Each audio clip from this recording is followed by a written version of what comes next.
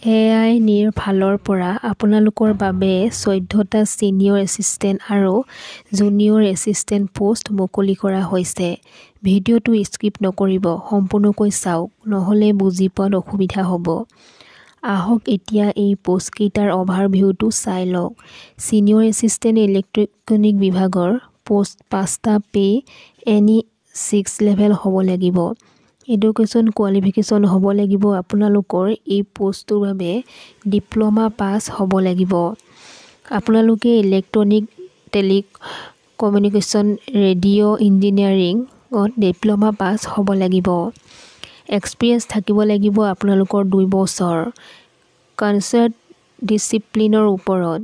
এতিয়া junior assistant বিভাগটো চাই লওঁ আহক। পোষ্ট কৈছে 2টা পে এনিত 4 লেভেল হ'ব লাগিব।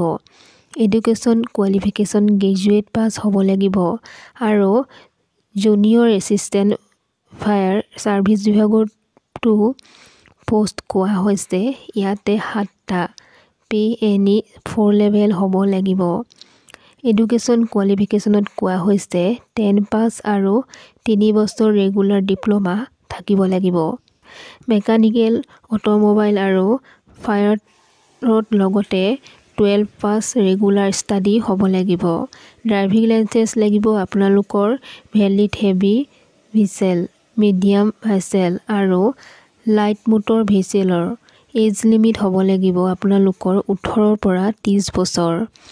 লগতে কেটেগৰী ৱাইজ এজ ৰিলেক্সেশ্যনৰ সুবিধাও আছে।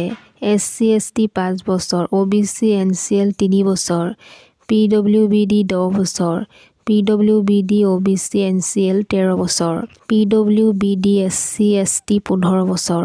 এপ্লিকেশ্যন ফিজ দিব লাগিব আপোনালোকে। মহিলা SC ST PWD EX servicemen and apprentice category সকলে ফ্ৰীকৈ এপ্লাই কৰিব পাৰিব।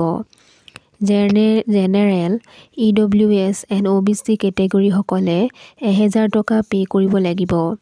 পে'মেণ্ট মোড কোৱা হৈছে ইয়াতে অনলাইন ইম্পৰ্টেণ্ট ডেট কৈছে 12 ডিচেম্বৰ 2025।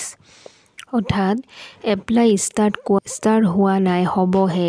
লাষ্ট ডেট কোৱা হৈছে ইয়াতে 11 জানুৱাৰী 2025। ধন্যবাদ।